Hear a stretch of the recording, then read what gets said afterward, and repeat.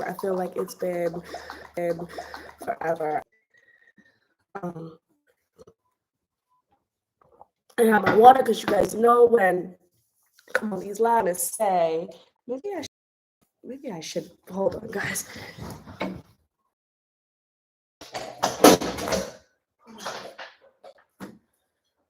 Let's maybe sit outside. You guys are gonna want to tune into this live because this is gonna be a good live, okay? Let's go outside so I can look a little less dead. Okay. Alrighty.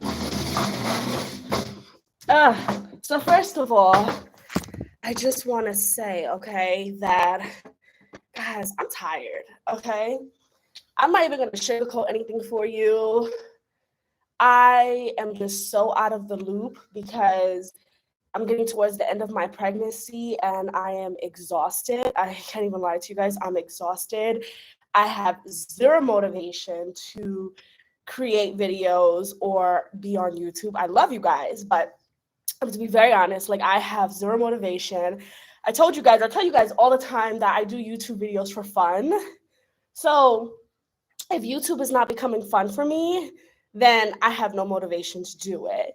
And at this point in my pregnancy, I have no motivation to do it. Okay, so I'm trying. I'm trying. Like I really am. I'm just, ladies, when you're at the if you've been pregnant before, when you're at the end and you feel like a hippo.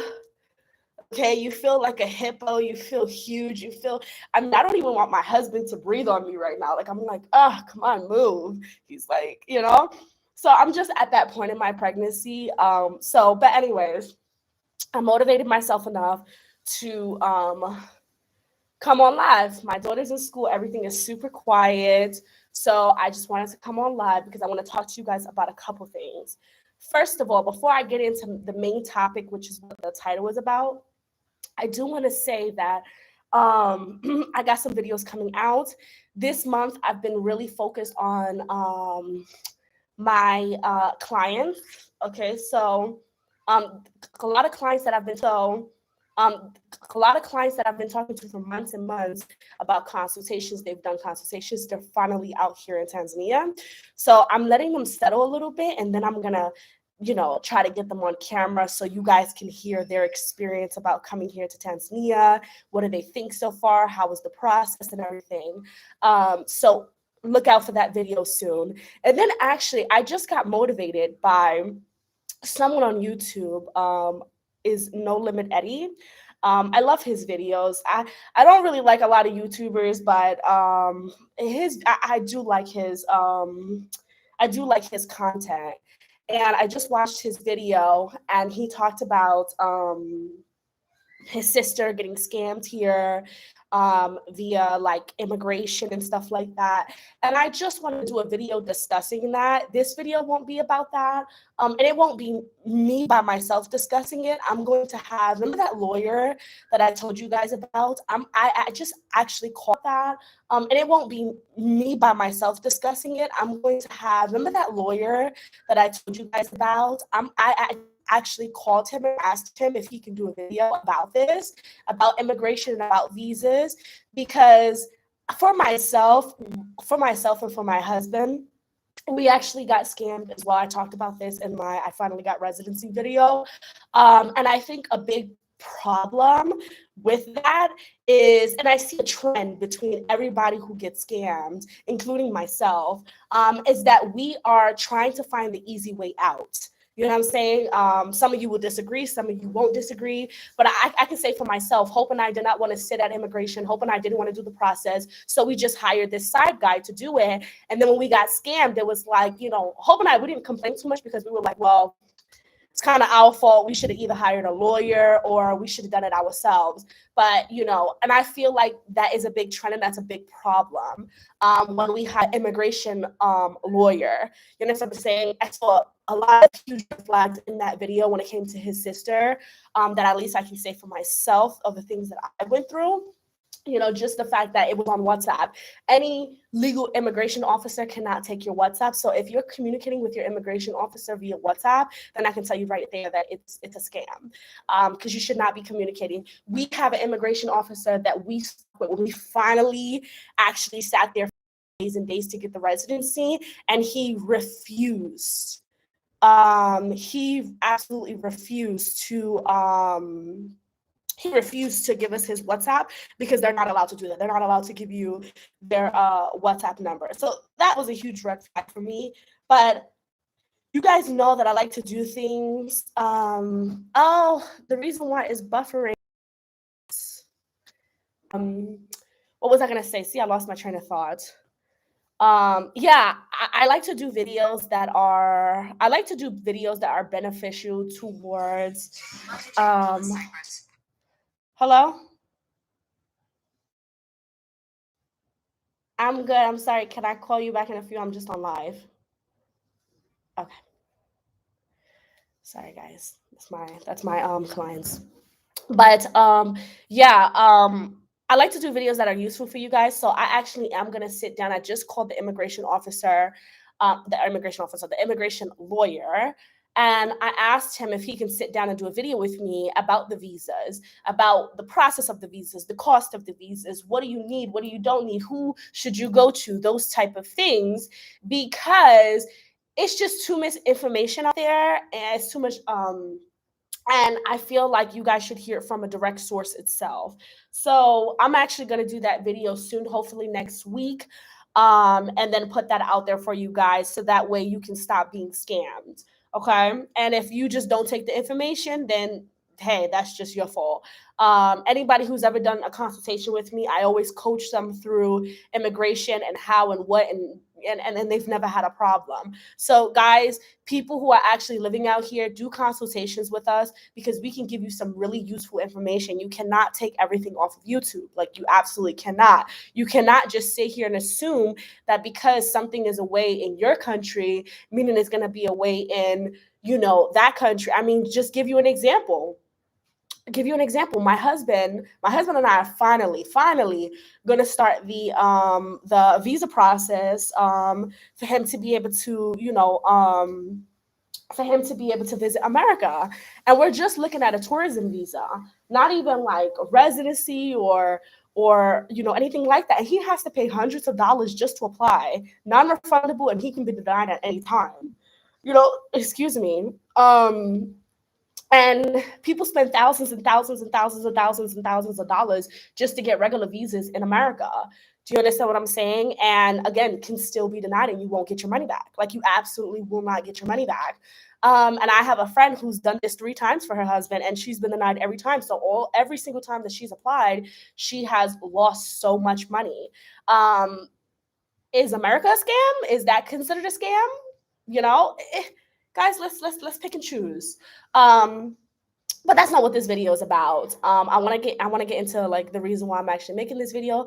That is just like an update as to what's been going on with me and what is to come in the future. Okay. So I told you guys that I have these new clients here, that I've been working with for a while, and they're finally on the ground. And we were showing them, let me tell you guys a story, and then I'm going to get into the topic. We were showing them the market, okay? We were showing them the market and showing them, how much food should cost, things like this and stuff like that. So we get into the market, and there are 2 young boys. I would say maybe like 18 and 20, the young boys are. And they went to go steal something from a vendor. Guys, I tell you no lie. For like 10 minutes, they got their behinds whooped. Okay. And I'm sitting there with my clients like, all right, well, welcome to Tanzania. They got their butts whooped. I mean, guys, there were like blood dripping from their face. The vendors and everybody beat them up, you know what I'm saying, for trying to steal or stealing or whatever. So, of course, as natural, I was like, okay, like, come on, like, damn, like, like, my clients just got here and y'all already acting up, you know what I'm saying? But it's so funny. Let me tell you guys what was the interesting conversation after. So after we left the market, all that stuff, we wind up having a conversation about, what happened at the market. And the father of the what you call it, of the family said something to me that I just want to talk to you guys about, because it's not something I ever thought about. Now, let me just say, here in Tanzania, that is common.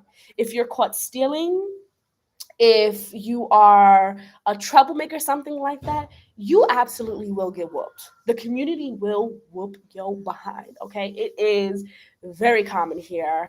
If you live in a community and somebody's out here trying to steal from people's, houses and stuff like that, sometimes they would even kill you. You know what I'm saying? Like, it is something that happens here.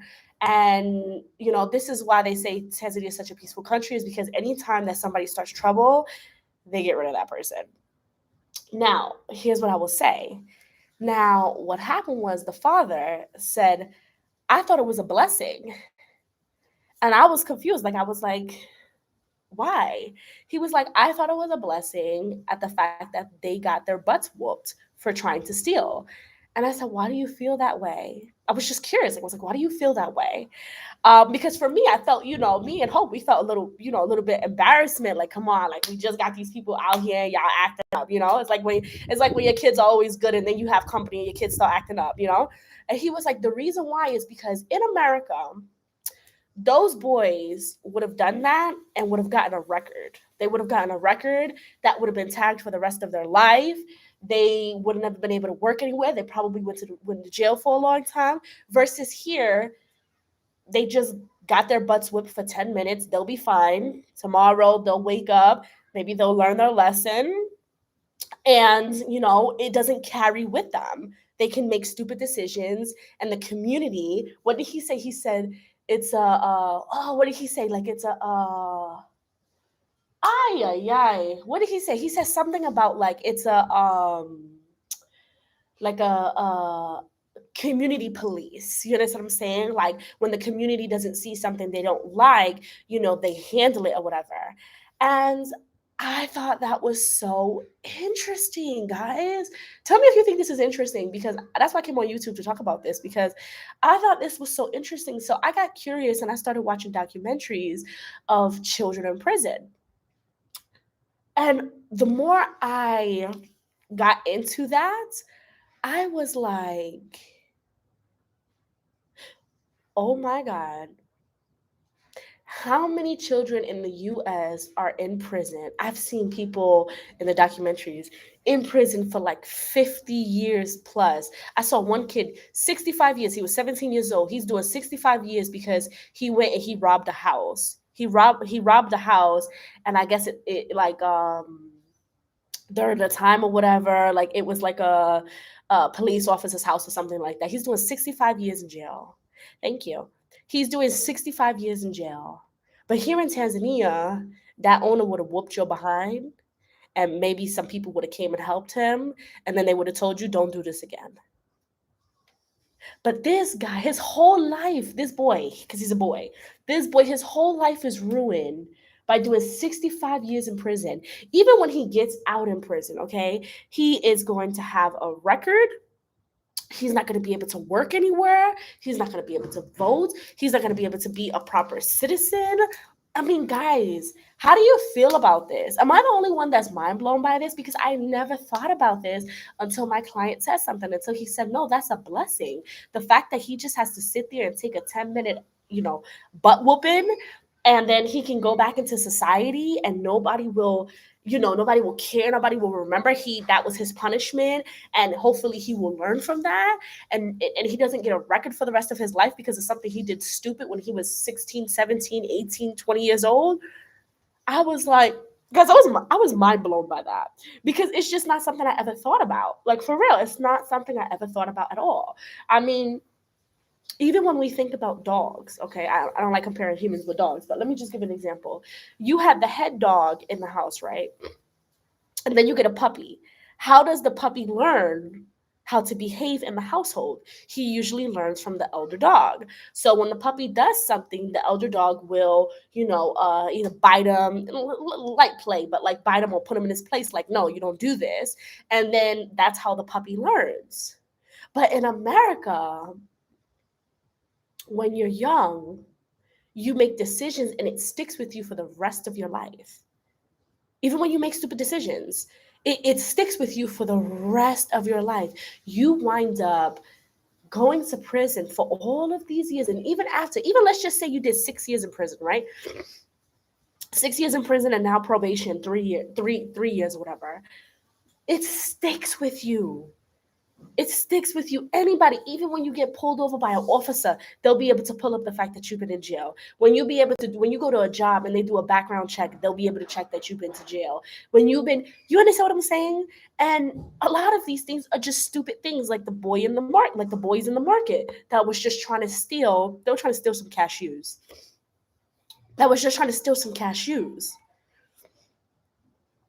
You guys understand what I'm saying? You know what I'm saying? How do you feel about this? I'm very curious to how you feel about this, because of the fact that I felt like I was mind blown by this. I never thought about it that way. I never, ever, ever thought about it that way. Which system do you think is better? I'm curious. I really genuinely am curious. Which system do you think is better? Do you think the system is better in America, where you make a poor decision, whatever that may be, selling some weed, trying to steal something out of a store, maybe, broke into somebody's house or whatever, and having a record be put on you for life and going to jail for a really long time, and then having probation and still having people contact you and all of this stuff, versus here in Tanzania,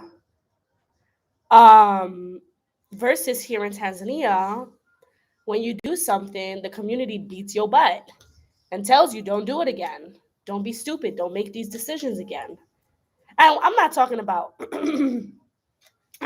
they beat your butt like lightly, like pow pow. Okay. They beat you. Like, I felt so bad for these boys. Like, and I'm pregnant and I'm hormonal and I'm like holding hope. I'm like, oh my God, I feel so bad for them. He's like, they stole. They got to get their lesson. I'm like, I feel so bad for them. They just get their butts beat. And then after like, I think 8 to 10 minutes after, like, maybe like 6 guys beat them up, vendors, they yelled at them and said, don't you ever do this again. And then they left. They ran. I don't blame them. Or do you think that system is better? Should the community police our community? And what I noticed, though, is, this is just my observation. I noticed that Tanzania is more peaceful because of this. And also I've also noticed that people that are policing their environment, and it's not certain people, it could be anybody, it could be Hope, you know what I'm saying? His job is not to police the environment, but if he sees something, he will do something about it. You understand what I'm saying? And I remember, like, what was I gonna say? Oh my God, I was just about to say something. And yeah, that's what I was gonna say. That no one overpowers their policing because it's not their job. When you give police officers jobs, this is what you do. You're supposed to police the environment. This is your oath. This is da da da da. They tend to overpower their policing. However, when you have regular people in the community who just wants peace in the community, they will. Guys, I give you an example. This was like when I first met Hope, like maybe a few dates in or something like that. And what happened was, we were driving and he was driving me around, showing me the city or whatever. And there were 2 kids, okay, a little boy and a bigger boy. Maybe the little boy was maybe like 5 years old and the older boy was maybe like 7 years old. And he was bullying him, okay? He was like, he was bullying him. Like, he was genuinely bullying him. Like, he was like, I think he was hitting him with like a tree or something like that. I don't remember. And Hope rolled down his window. Hope don't know these kids. Excuse me.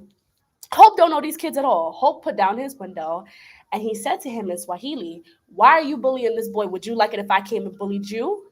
And the little boy was like, "No." Like, and then Hope was like, "Would you like it if I beat you with the tree? Like, do you think that that's fair?" And the little boy was like, "No." And then Hope told him, "Put the tree down and you guys walk together and apologize." And the boy apologized to the boy, and that was it. Again, policing his environment. And a lot of places in America, they'll be like, "That ain't my business. That's not my kids." That ain't my kids. That's not my business. But that's not how it is out here. Out here is a whole different other ball game. Like, it just is. And I noticed that a lot, you know what I'm saying? And first of all, out here in Tanzania, there's no such thing as your kids or my kids. There are the community kids, and we all take care of each other's kids. And that's one of my favorite things about this country, man, is the fact that, like, no one is like, "Oh, those are your kids, my business, we gotta plan a play date for our kids to play together," and all of this stuff.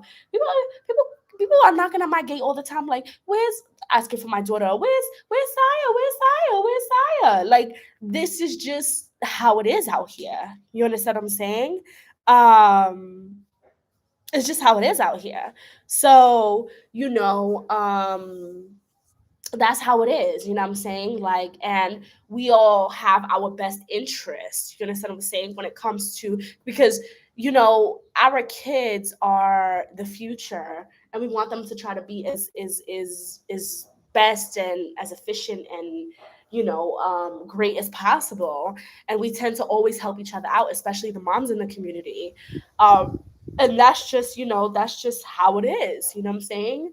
And you don't think twice about it. Like, you genuinely don't think twice about it. Right now, I'm actually just somebody that I met at the nail salon that I don't know at all. She asked me if I could help her daughter look into some scholarships so she can go to school in Canada. And I said, of course, I'll do some research and I'll see which scholarship she applies for, and we'll apply for them together. And in most places, there America is like, "No, that's not my business. Like, you better figure it out." Some say, "You better call that school, you better figure it out." But that's not how it is out here. It's just not how it is. And it's one of my favorite perks about being out here. Partially the reason why I would never stay is because my children will learn how to love other people besides themselves. I always say America is every man for themselves. Every man for themselves. And out here, we work as a community.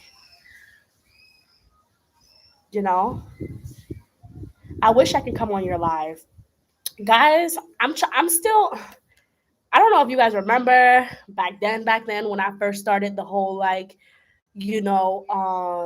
oh my god, I don't even remember what it's called. Is where people can come on the live, and it's where people can come on the live or whatever. And last time it didn't go well, but maybe I'll try it again. Um, But those are my thoughts, y'all. Comment and tell me what your thoughts are. It's something that just happened in the market, and it just really started to make me think. Like, I really started to think about, you know, the different systems and how they work. Like, I really have. And for some reason, it just works here. It just does. Um and I find it reminds me of, do you guys remember I told you guys a story? Okay, remember I told you guys a story a while ago, I think it was on one of my lives, about how I got robbed in Brooklyn. Okay, let me just tell y'all again for the people who don't remember. Okay, I got robbed in Brooklyn. Okay, not only did I got robbed by a kid. The kid was about 14 years old. Okay. I was in front of my house, okay, in Brooklyn, East New York, okay. And hold on, I got 7%. All right, let me tell the story quick. I was like on the phone, I was talking, I was like, blase, blase, blase, blase. And this little boy in a school uniform, okay, comes up to me and was like, "Ma'am, can I have the time?" And I was like, "Yeah, like, of course." Like, So I put my phone down and I was like, by the time I did that, he punched me in the face and took my phone. Okay. I was so in shock and my jaw was hurting. I was so in shock. To this day, if you ask me for the time, I won't tell you. I'm traumatized, okay? I was like, what in the world? You know? And at this time, your girl was a little ghetto, okay? I was a little ratchet. So this is when I was in this like foster home where I had a lot of foster brothers, okay, at that time. And I ran to the house and I told my foster brothers, this kid just robbed me. They were like, what? So again, we from the hood, okay? At that time, we was in the hood, okay? So they came outside and they just like, y'all know how those whistles go. I don't know how to do it, but it's like something like that. So one of my foster brothers, he whistles and like all of his friends come out, okay? Maybe like 10, not 10, maybe like 8 to 10 different boys. And they go chase this kid down. They go chase this kid down that just stole my phone and punched me in the face. So again, a kid that is in a uniform. Later on, I found out he was 14 years old. 14 years old, what are you doing out here robbing people? So they catch him, right? They catch him because obviously, listen, they was on different blocks, like they was gonna catch him. Like he just wasn't gonna get away with it. So they caught him and they beat him. When I say they beat him, I felt bad. I don't know, guys, I have a soft heart. I felt bad. They beat him, yo. Like they beat him. They beat him, all of this stuff. They beat him and they held him until the police came. The police came. I told the police what happened. Like I was on my phone. He came. He asked me what time it was. He punched me in the face and he took my phone and he ran. And they obviously the boys didn't get in trouble or whatever. Like my foster brothers didn't get in trouble because they beat him or whatever. And he was going to jail. Like he was going to jail. And they arrested him. I felt really bad. At the time that they arrested him, he actually peed on himself. He was so scared. Guys, he was this is a 14-year-old little boy. He was so scared. So I get to the precinct. I forgot which precinct it was. It's right on the one on Van Sickland. If you're from Brooklyn, you know which one I'm talking about. And I get there, whatever, and the police are talking to me about like pressing charges. Listen, he can't get away with this. You got to press charges. You got to do this. I said, well, if I press charges, what's going to happen? They said, well, what happened is he will get like he will sit in prison, like he will sit in the jail or whatever until his court date, and then from that time they will figure out like what they're going to do with him or whatever, if they're going to charge him because it's an assault and a robbery, if they're going to charge him as an adult, all of this stuff. And I was just like, I had to sit down for myself and I was like, Diamond, I am not about to ruin this black little boy's life. Like, I'm just not about to do that because he made a stupid decision when he was 14 years old. I was like, I cannot. And his parents begged me. His parents was there, was like, please, like, I am so sorry. Trust me. Like, he has learned his lessons. Your foster brothers, like, your foster brothers, they handled it and we're going to handle him when we get home. They were just begging me, like, please don't press charges, all of this stuff. And I was just like, for me, it was more about like, he made a stupid decision. And this decision will sit with him for a long time. And if I press charges on him, now he's going to be in the system and he's going to be another black boy in the system. So I decided not to press charges. I actually decided not to press charges. And to this day, I hope and pray that he didn't continue to do the same thing or he didn't turn out to be some idiot or something like that. I hope that he learned his lesson and went on the right path and stuff. But the police were pushing me. They were like, press charges. He can't get away with this. This is an assault and this is a robbery. Like, this is not like, we don't take this lightly, da da da da da. And of course, because for them, they just want to put another black kid in jail or whatever. And I wasn't with it, But if that happened out here, they would have whooped his tail and then let him go, Guys, I got robbed in Brooklyn 3 times. 3 times. 3 times in my life. 3 times in my life I've been robbed in Brooklyn. But the other 2 times wasn't that bad. Well, how can I say it's not that bad? But it wasn't that bad. One was pickpocketed, so I had my bag and somebody came in, and so I guess that's not a robbery. And then what was the second time? I think I was on, and it was always my phone. I think I was on my phone and somebody ran and snatched it, but they didn't hit me. Yeah, this one was bad, and it was by a 14-year-old. I was low key traumatized.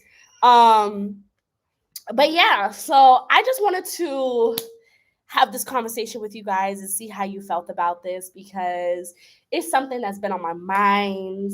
And I really want to know how you guys feel about the system. Which system are you more for? Which one do you think is right? Which one do you think is wrong, and why? Um, I want to just again mention that I do have some videos coming out, but just be patient with me because y'all, I'm tired. My pregnancy is wearing me out, and I am, getting prepared for everything. I am gonna have a home birth, so I have my my pool. I have my pool, and I have my pool. I got my sterilized pool, and we're looking for a midwife. Like, there's just so much that we're doing right now that has to do with our personal life that I just ain't got time. Like, I just ain't got time. So thanks for being patient with me, guys. I love you guys, and I will see you guys later. Please, please, please comment below and let me know what it is that you guys feel about this system, and what works and what doesn't work. And if you've had some stories, I would love to hear about your stories as well. All right, bye.